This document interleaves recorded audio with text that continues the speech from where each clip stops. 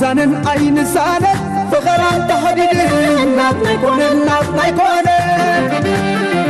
عين زانن عين زانن عين زانن عين زانن عين زانن فقرات تحديدين ناطنا يكونن ناطنا يكونن يا منتقال بعزل عيب تحتي سنة حسان وديتهم أمثلتي أنا لتنتي أبنو حبيبو أميتنا وتيو كبرمبو نجزانا دبرادزو نجزانا دبرادزو. Welcome to the 2021 Eritrean Festival in Washington, D.C. This is the exhibition of the Eritrean community in New Orleans, Louisiana. Arlene Holmes. I am the administrative assistant for the Center for African and African American Studies here at Southern University at New Orleans. We are so glad to have all of you here as we begin our celebration for our 2017-2018 school year. And this year, we're going to start off with Harambe. And that is come and celebrate with us. And this academic year, we are celebrating Karumba, which means we are remembering, and we are remembering 300 years of African-American life here in the city of New Orleans. If you don't know that the city of New Orleans is celebrating its tricentennial year. And so the Southern University of New Orleans and many around the city will be celebrating African-American life here in the city of New Orleans because we made a tremendous impact on this city and all over the world. So I want to thank you for joining us. Today you can check in on social media with the hashtag Suno Harambe Celebration 2017. So without further ado, I want to introduce to some and present to others the Director of the Center for African American Studies, Dr. Clyde Robinson.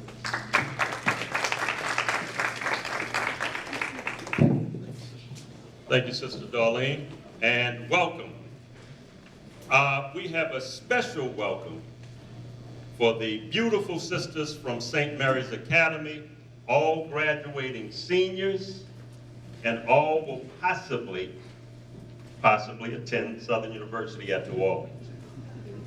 My name, as Sister Darlene has identified, is Clyde Robinson. I'm the director of the Center for African and African American Studies here at Southern University at New Orleans, known affectionately to all as SUNO.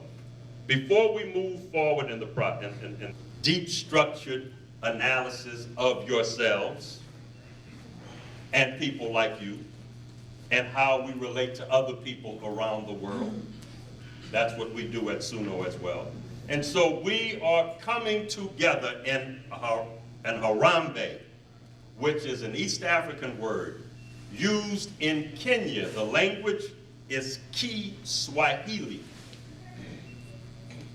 Sister Darlene also mentioned the fact that we are in the year of Kumbuka, remembering 300 years of African presence and identity here in the city of New Orleans, which, according to the Smithsonian Institute, have you ever heard of the Smithsonian Institute in Washington, D.C.? Smithsonian Institute?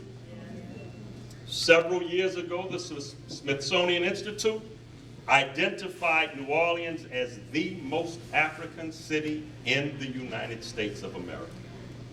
And so we are coming together as the rest of the city celebrates the 300 years of the city's existence, We are coming in to celebrate that, but in particular, we are going to celebrate us and our impact on this city. We may very well be the only institution in the city of New Orleans that has dedicated this entire year to doing that. And we're going to start today. So sisters from St. Mary's and guests from around the world, you are here at the foundation, the beginning of that year-long celebration. Before I move forward and introduce our friends from the African Music Heritage Association, which is helping us to launch this year's efforts, we are going to do something that is done traditionally in Afrocentric circles when we celebrate the coming together. It's called an Harambe. So what we're going to do, I'm going to call 7 Harambes.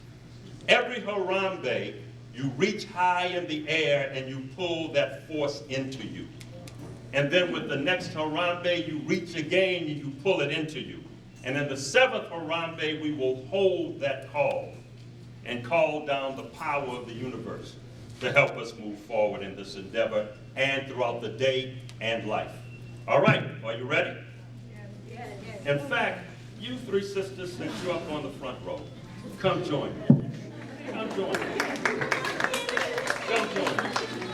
All right, remember, when I call for the Harambe, you reach high, and then you pull it in. All right, we're going to do it 7 times. All right, you ready? Is everyone ready? Yeah. Brother Hakim, you're not ready. Brother Hakim is always ready. All right, let us start. Harambe. We're starting all over. Okay, let's go. 1, 2, 3. Harambe. Harambe. Harambe. Harambe. Harambe. Harambe. This is the 7th. Harambe. All right, sisters, thank you. All right. As I stated, we are truly practicing what we preach. We are pulling together with brothers who are here in the United States. They are our brothers from the continent of Africa. They represent the African Music and Culture Heritage Foundation here in the city of New Orleans. They are helping us put forward this event. And let's talk just briefly about this event. This event is an exercise and a discussion of identity. Our identity. As I look out in the audience, and I'm sure as my brothers from the continent will look out in the audience, we will see in our faces, those of us from the United States, the bloodline of very many African ethnicities from across the continent. We are a composite African people. We have the blood of very many African peoples running through our veins. And so it is very important for us to discuss our identity, and that's what we're going to do. We're going to discuss African identity and how it impacts upon us, how we view ourselves, and how we place ourselves in the world. To help.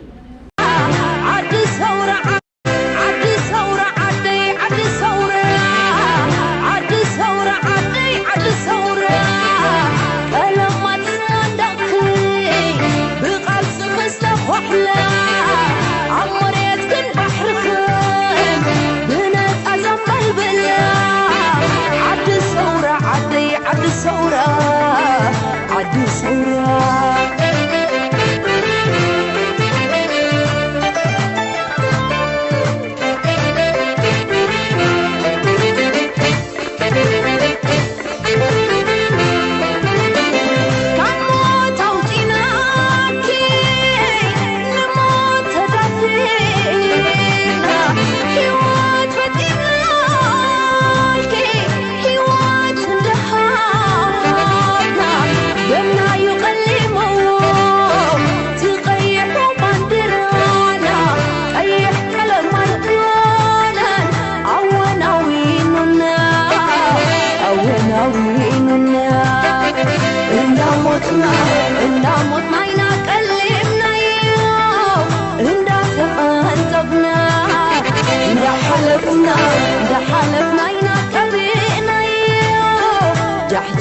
قابلنا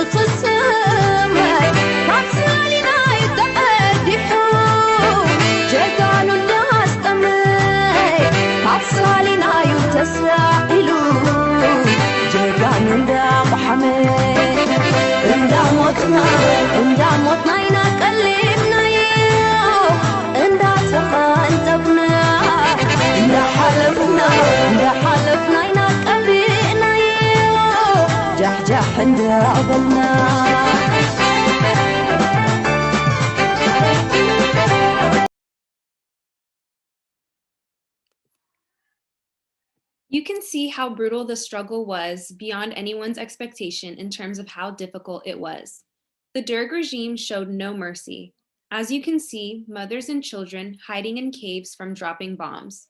Throughout the war, Eritreans never doubted that they would achieve independence. Every Eritrean, regardless of ethnicity or religion, goes to military training and then goes on to technical school or university. Everything in Eritrea is made in Eritrea by Eritreans. Eritrea depends on itself and not on other nations.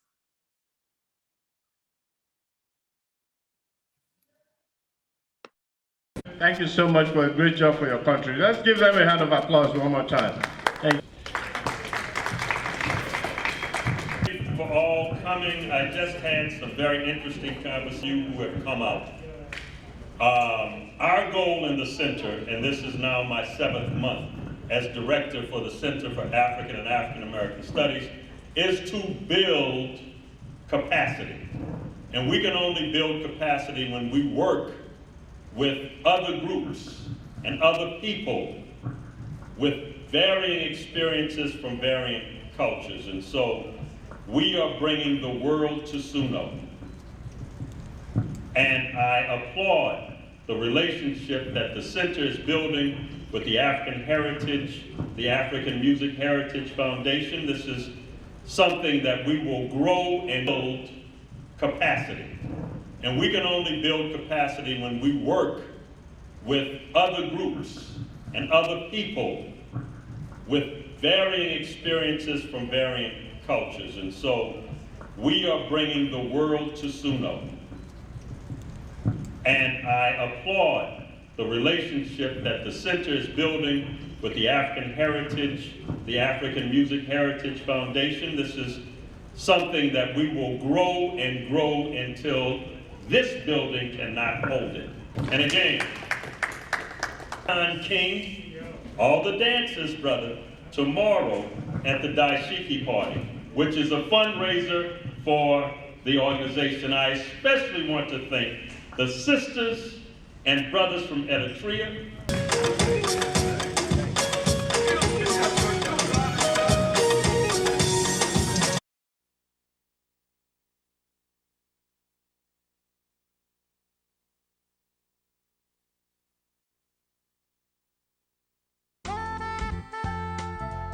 You know, I don't want to give out the options. Can anybody just say? Where? Kenya? No. No, Ethiopia. It's a big country. Huh? Kuwait? Is it Kuwait? Huh? No, Kuwait is not in Africa.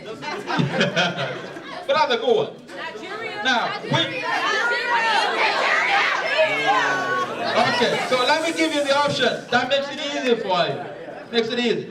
The first, the A, Seychelles, with population of Morocco, with a population of C, Niger, with a population of So which one is now C is Niger. Now B. You didn't get it. not Bill, not Bill, not Bill. What's the name of the country? What's the name of the country? This is Seychelles. What's the other one?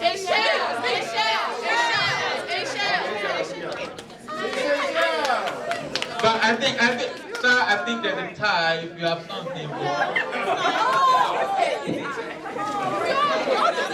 hand was never up. But so I want to thank you once again. I'm not participating in nothing else.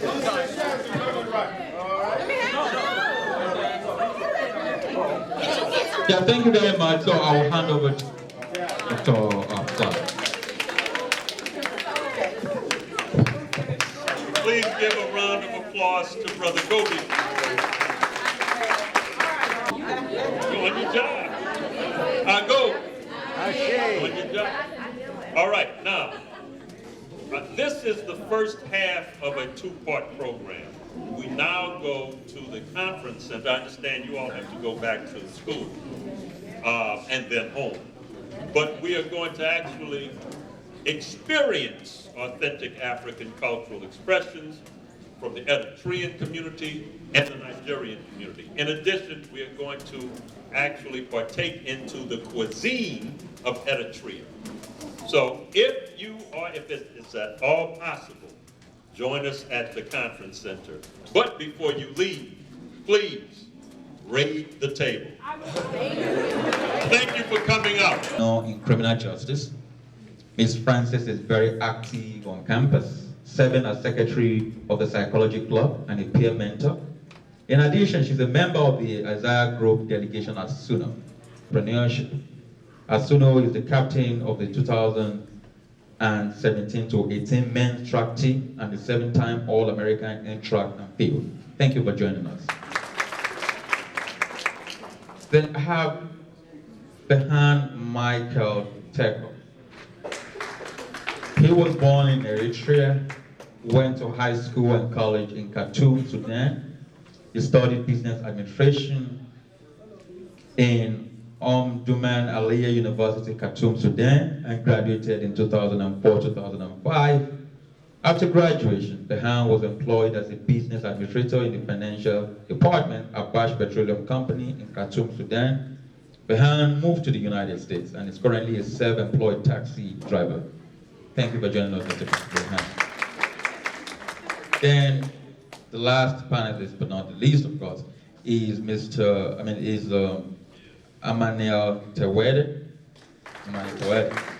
Born in Houston, Texas, attended Southern University A&M, Baton Rouge, Louisiana from 1997 to 2000. After moving to New Orleans, he has owned and or managed the following businesses: the Warehouse nightclub, Mark Customs Car, Rims and Tires, Fresh Rise, and Refresh Construction. Thank you very much for joining us. So we are all set for the next session. And I think I would like to start with a panelist by, asking you maybe to share your worldview. What kind of worldview do you, in relation to the African identity, how do you see yourself? How do you define yourself? What does Africa mean to you? Do you think you have that identity? What kind of worldview do you have, basically? I'll start from the person. Yeah, Mr. Torres. So we introducing ourselves, or you asking the question? Yeah, so this is it. It's like, what's the worldview? Of course, a little introduction of yourself, and then what's your worldview in terms of what kind of worldview do you have? Do you have an African worldview?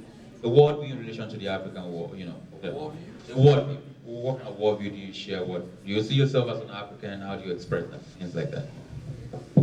My name is Emmanuel Tewede. I was born in Houston, but lived here my whole life. Own a couple of businesses here, nightclubs, customizing business. So,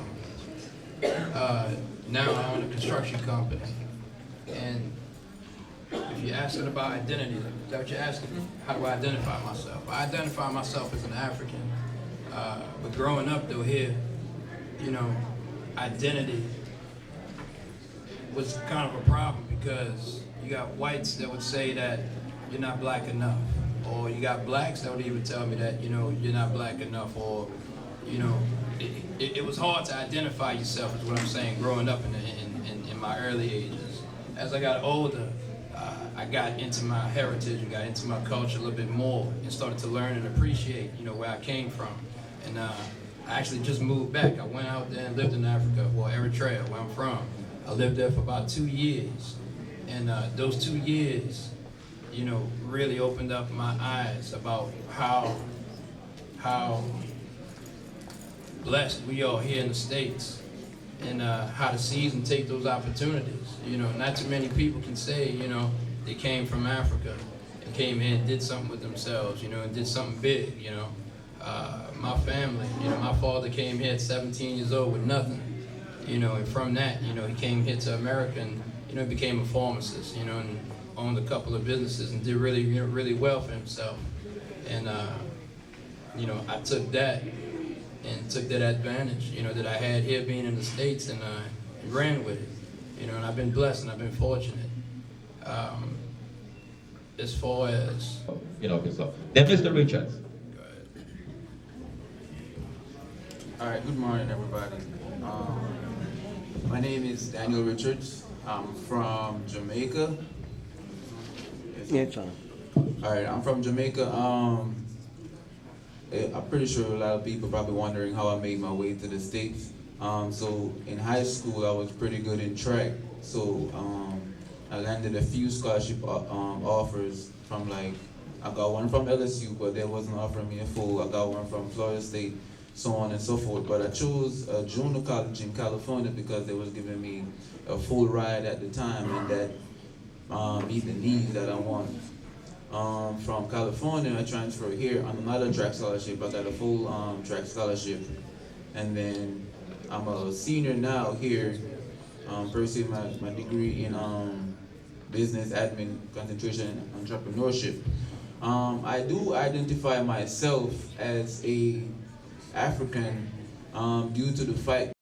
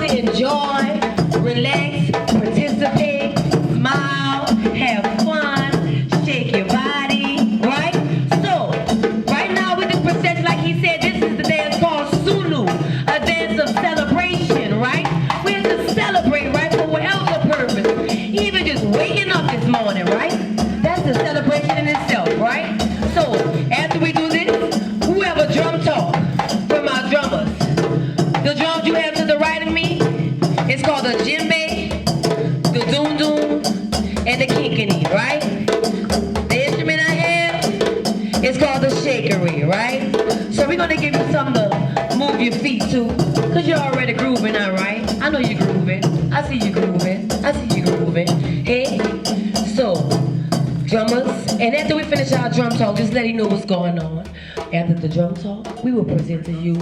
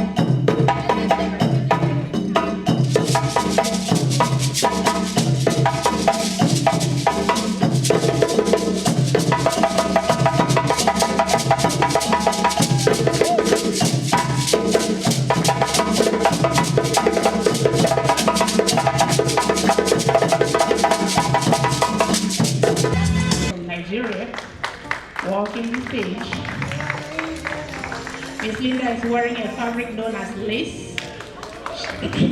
She made it into a dress. Dress with the white cover, and the other one is called Tigre, the one that you see red stripes with the red cover. She have gold. They're not going to come up front. They're not going to come up front. They will. They will cover. They will come through. They're going to show you. Okay. That's how we make our hair during holidays or weddings, baptism. It's a cultural hair makeup. The gold necklaces that you see on the last person. The men, they carry the stick that you see that. All this it's a regular traditional, but usually we wear it during holidays and festivals. Okay.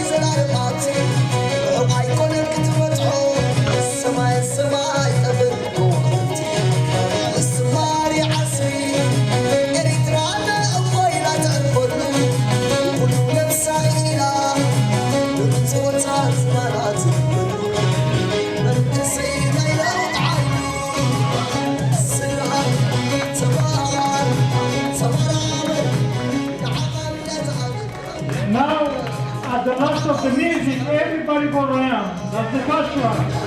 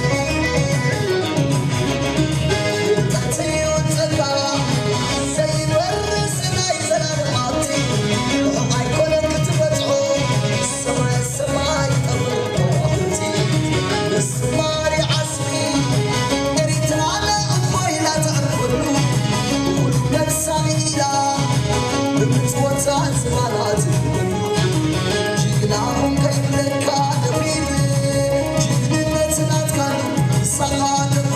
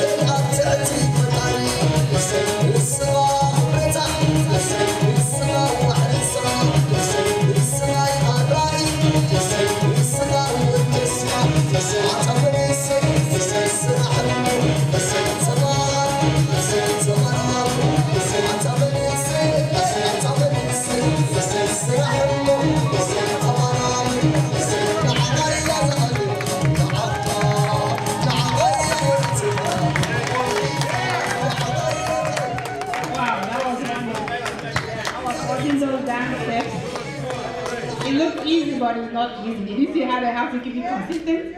And the music, you don't understand the